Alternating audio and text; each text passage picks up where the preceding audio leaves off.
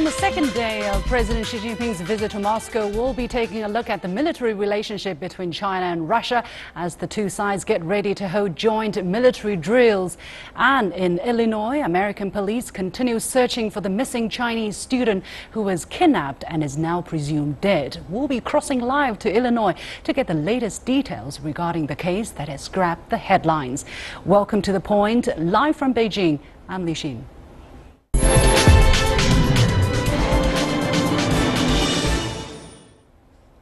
Welcome to day 2 of our 3-day series on President Xi's visit to Russia and his meeting with Russian President Vladimir Putin. Joint Sea 2017 is the naval drill China and Russia are scheduled to carry out in the Baltic Sea later this month. This year's exercises will focus on joint rescue efforts and protecting cargo vessels. The second phase of it will be held in the Sea of Japan and the Sea of Okhotsk in September. Does this indicate the formulation of a formal Sino-Russian military partnership? How will the drills be interpreted by countries in the neighborhood and afar, and how will bilateral ties develop over the coming months? Before I introduce my guests, here's my point. You'd think to listen to some of the Western concerns surrounding the evolving Sino-Russian relationship doing something a little underhand in holding joint military drills with Russia. Yet, while the US under Donald Trump is emphasizing America first and withdrawing from the Paris Climate Change Agreement, it is also continuing with its NATO and Asian allies for joint military exercises in the Baltic, around the Korean Peninsula and Japan, in Southeast Asia and in a number of other regions. Now, the US Navy has just sailed within 12 nautical miles of a South China Sea island, which China claims. No one in the West seems to have a problem with this. If you think about it, these military exercises are all being held in sensitive areas surrounding either China or Russia. China and Russia are neighbors, and as such it is right and proper that they should be talking about common problems and interests and developing the wherewithal to tackle it. These Sino-Russian drills can be seen as a direct response to the American drills which have been held in their so-called backyard. Well, joining me today in the studio to discuss this topic, we have Mr. Zhang Junshe, a senior researcher from China's Naval Research Institute, and in Moscow we have Professor Vadim Kozyulin, director of the Project on Asia Security of the NGO PIR Center, who is also a professor from the Academy of Military Science in Russia. Professor Kozyulin, now the latest we've heard from the Korean Peninsula is that the DPRK has claimed that it successfully test-fired an intercontinental ballistic missile. However, the latest response that China has given out is China again recommends the dual freeze mechanism. That is, the DPRK freezes a nuclear program while the United States freezes its military exercises on and around the Korean Peninsula. Professor Kozyulin, how do you think of the importance and significance of China and Russia coming closer on this issue at this particular moment? Of course, North Korean exercise and nuclear and missile tests, they pose threat not only to the region but to remote countries as well, and to Russia in particular, as far as a huge territory of our country can be covered by Korean missiles nowadays. And even disturbance and turbulence connected with nuclear accidents in Korean Peninsula would cause a lot of troubles to Russia. So I assume that China, as a key ally or key partner to North Korea, the closest neighbor, might play an important role in settling the problem. But definitely the main addressee of those missile tests is the United States, and personally Donald Trump. The idea of Korean leader is that the country, the nation, is ready to starve and maybe to die, but not to cede their positions, and they want to start negotiations. Probably the sanctions imposed on North Korea are not that effective as they are expected to be. and probably it's time for new approach to this country. Now, Mr. Zhang, U.S. President Donald Trump has just tweeted and putting extra pressure on China to so-called put an end to the nonsense, referring, of course, to the DPRK's nuclear program and repeated missile tests, be it intercontinental ballistic missile or medium-range missile. At this moment, we do not know. Is this the right way to solve this problem? Well, I think one of the reasons why North Korea fired a missile today, whether it's a medium-range missile or intercontinental ballistic missile, but I'm not sure, or I don't think it's now is a intercontinental ballistic missile. It's only maybe a medium-range missile. Why North Korea fires such a missile today? I think one of the main reasons may be that North Koreans want to show their dissatisfaction against the United States and South Korea. Because we know that several days ago, North Koreans called for a pause of the military exercises conducted by the United States and South Korea. If so, North Korea promises to stop their missile and nuclear tests, but North Koreans receive no response from the United States and South Korea. So they fire this missile just to show their dissatisfaction.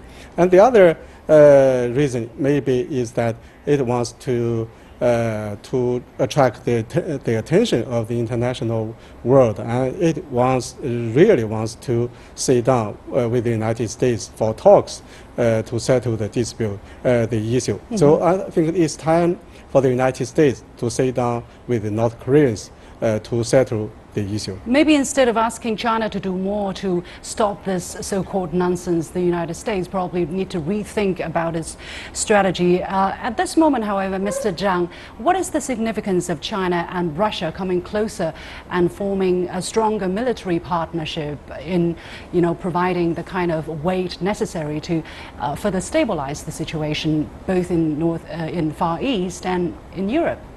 Well, I think it is very important for China and Russia to unite more closely to safeguard peace and stability on the Korean Peninsula.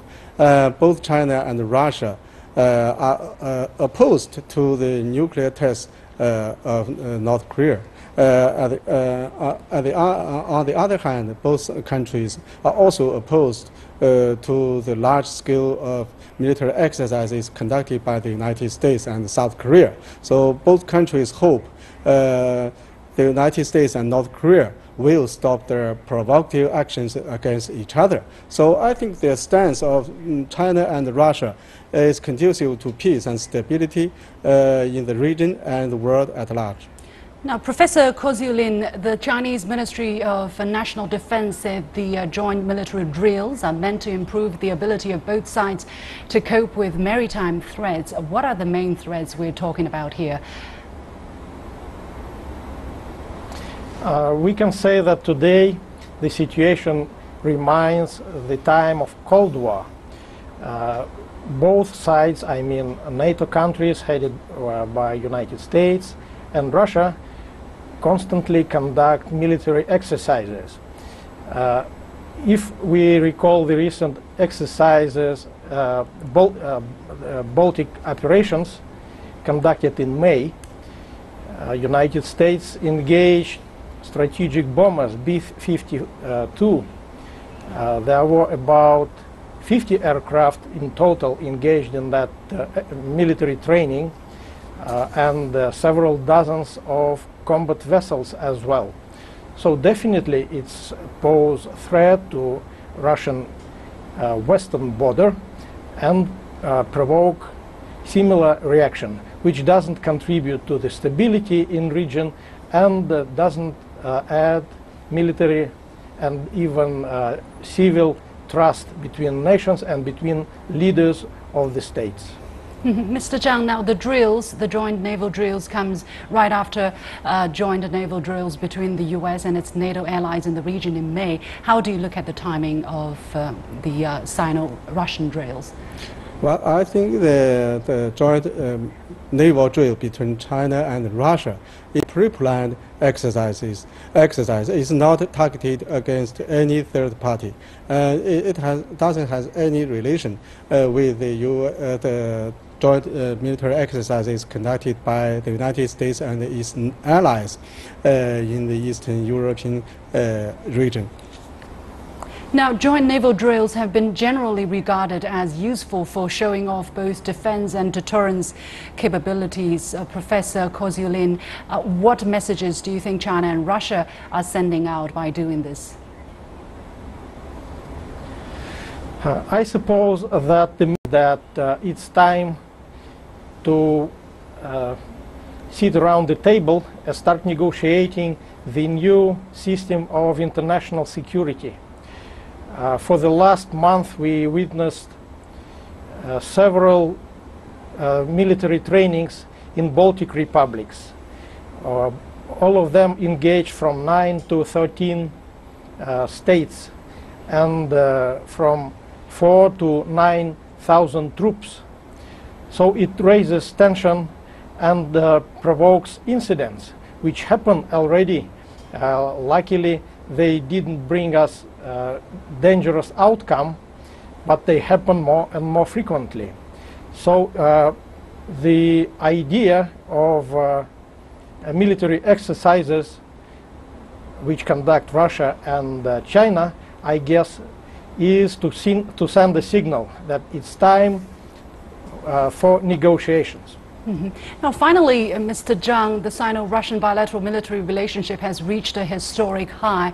Some are saying this means China and Russia are on the way to formulating a military alliance. What is your take? I don't think so. It is true that in recent years, China and Russia have promoted the level of the comprehensive strategic cooperative partnership between countries, and this I think is conducive to maintaining peace and stability in the region and the world. But I don't think this relationship between China and Russia is a military alliance. So the relationship between the two countries is totally different from the military alliance now maintained by the United States and its allies, because the relationship between China and Russia is not aimed at any third country.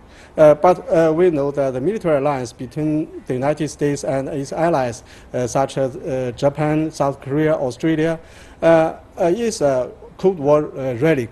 But we know that the Warsaw Pact organization has dismantled after the Cold War. But the military alliance of the United States and its allies still remain. And this kind of military alliance is targeted against third parties, including China and Russia. Yeah. We have to leave it there. Thank you very much, gentlemen. Now, that was Mr. Zhang Junshe, senior researcher from China's Naval Research Institute, and Professor Vadim Kozyulin, professor from the Academy of Military Science in Russia. And you're watching The Point with me, Liu Xin. We'll take a short break and we'll be back right after that. Stay with us. Zhang Yingying, a female Chinese postgraduate student, was kidnapped by an outstanding alumni and teaching assistant in the University of Illinois. Now, she is presumed dead. This case has taken up a great deal of space in the majority of Chinese media and has topped the news over the past few days. People are saying Zhang Yingying could have been anyone. What has happened to her, and why are the Chinese people reacting so strongly like this? Let's first take a look at this story. Security was high. The large crowd, a good indication of the attention this case has spawned. Justice for Yingying! The chant, Justice for Yingying. Demonstrators outside the U.S. District Court in the small town of Urbana, Illinois, want their voices heard. At the same time, wearing a gray and black prison jumpsuit, Brent Christensen made his first appearance in federal court, accused of kidnapping Chinese scholar 26-year-old Zhang Yingying. Shackled at the ankles, Christensen was not asked to enter a guilty or innocent plea and only answered briefly yes when U.S. Magistrate Judge Eric Long asked if the suspect understood the charges. Mr. Christensen has been charged by complaint. Therefore, the government has 30 days to seek an indictment by the grand jury. The hearing lasted about 9 minutes. Defense attorney Evan Bruno says his client will have his day in court. As long as everyone keeps an open mind and listens to the evidence and doesn't jump to any conclusions, I think that'll be for the best.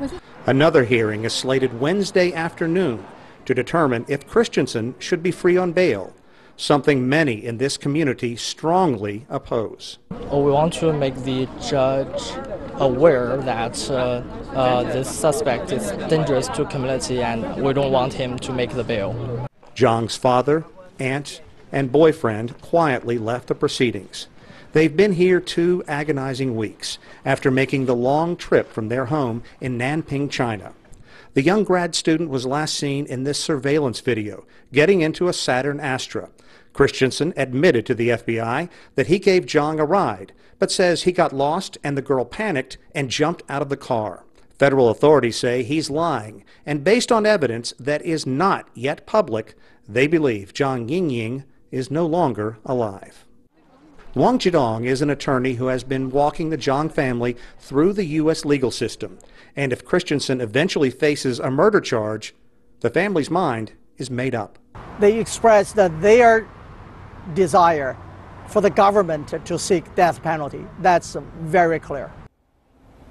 I'm pleased to be joined on the line by attorney Wang Zhidong, who has gone through the trial with Zhang Yingying's family.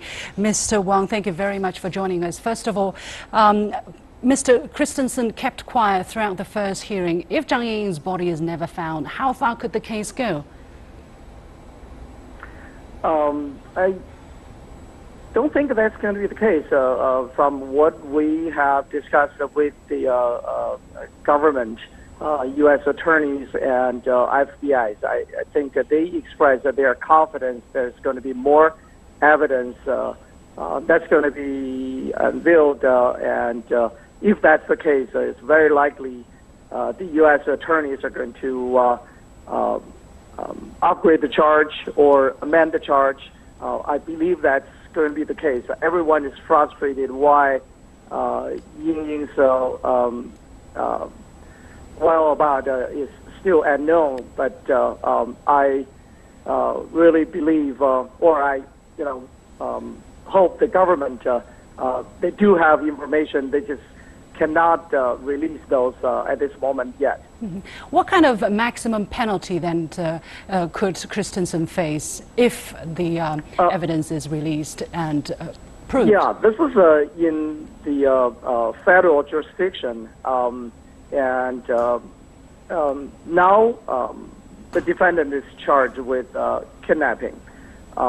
If kidnapping results to a death, the maximum sentence could be death penalty.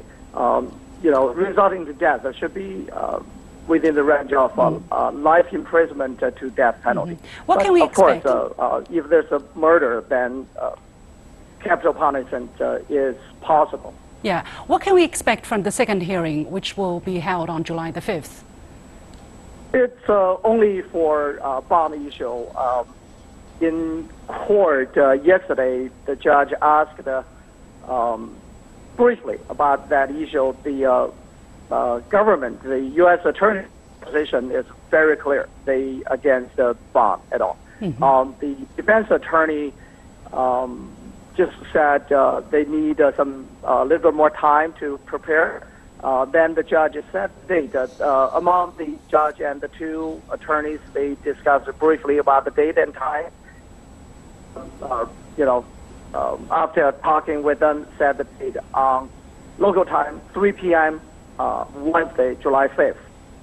Mm-hmm. How are Zhang Yingying's parents and relatives dealing with all this, and what kind of help are they getting to, cope with this?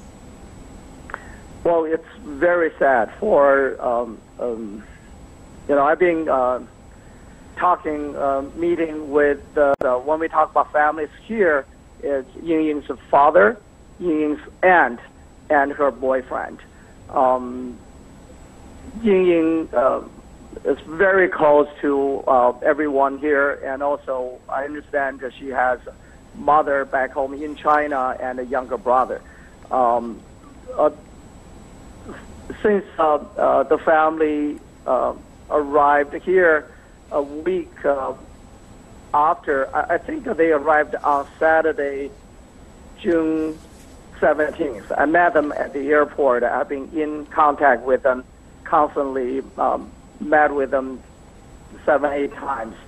The time was last Friday night when the FBI announced, well, they had a private meeting with the family first. After that, they had the news release saying they had a suspect in custody, but also they believe Ying was no longer alive. Indeed, that very difficult the most time. Devastating moment for the family. We have to leave it there. Thank you very much, Attorney Wang Zhidong, who has gone through the trial, who has been going through the trial with Zhang Ying's family. And next, I'm joined by Attorney Jason Chan from Boston, Massachusetts. Mr.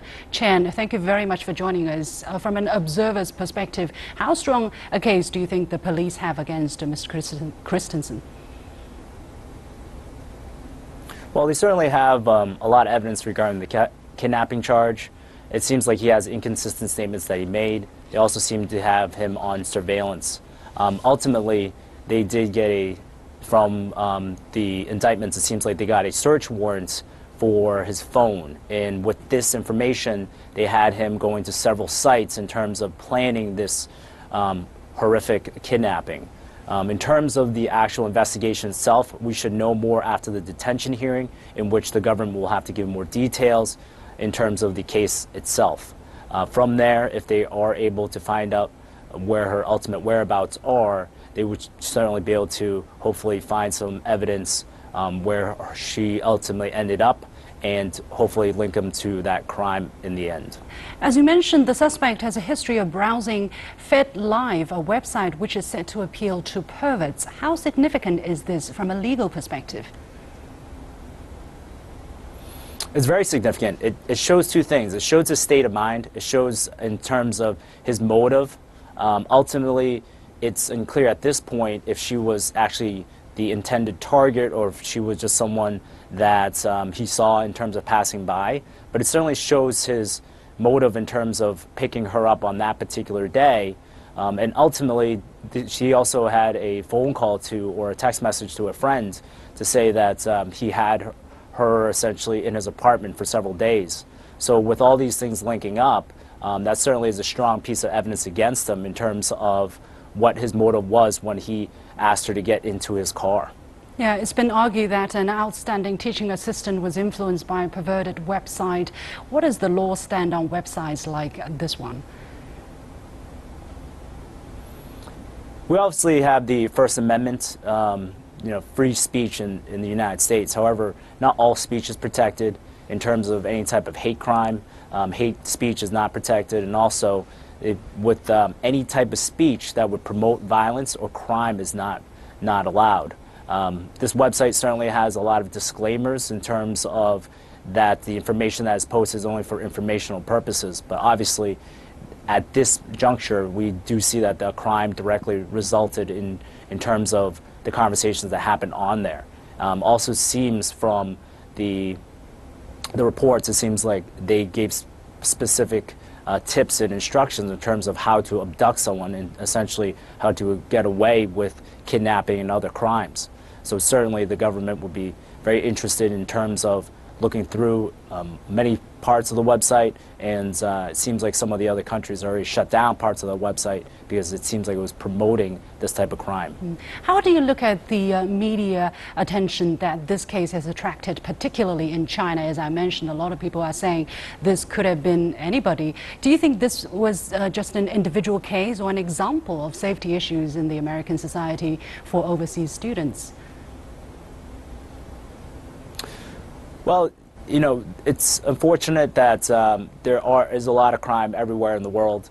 And with these situations, it seems like there's a lot of individuals, especially University of Illinois or a lot of universities that have a lot of individuals who are coming from overseas to their universities. And certainly the universities are not absolved from all responsibility here. They do have a better structure and policies in terms of safety. It seems like this victim was very busy in terms of her schedule, and for some reason she didn't have housing. So they need to do a lot more to assimilate these essentially foreign students into society and make sure that they are safe while they are providing a very important resource to these universities. So hopefully these changes will be made and made very soon. Yeah, finally, for the overseas students themselves, what do you think they should learn from this case in order to protect themselves better in a strange environment? Well, it's always important to try to go to places with at least one other individual. It's also important to never get into a stranger's car. But unfortunately, with a lot of these situations, it's impossible to prevent all types of situations from happening. And like I said, the universities really need to start doing a lot of things to help these students assimilate to American life and know where they are at all times. So hopefully this case will force a change in terms of how they will help these students on a daily basis in terms of getting housing and with their schedules and knowing where they're going and keep them in a safe environment. Yeah, thank you very much. We have to leave it there. Jason Chan, attorney, joining us from Boston, Massachusetts. Of course, this is a developing story, so we'll be keeping a close watch on the development. And my last point, although this is obviously a very sad and emotive case, we must not forget that a complaint is still just an accusation and the defendant is presumed innocent unless proven guilty. It is easy to get caught up in the rush to condemn someone based purely on media reports, but let the law do its job first and foremost before we condemn him. In the meantime, our thoughts and hearts are with the family, friends and loved ones of Zhang Yingying. That's the edition of The Point with me, Liu Xin. As always, follow me on Twitter or visit our Facebook page using the handle The Point with Alex. Download the application called CGTN Live to watch our show on your mobile devices, or go to YouTube and look for CGTN The Point. Thanks for watching. You've got the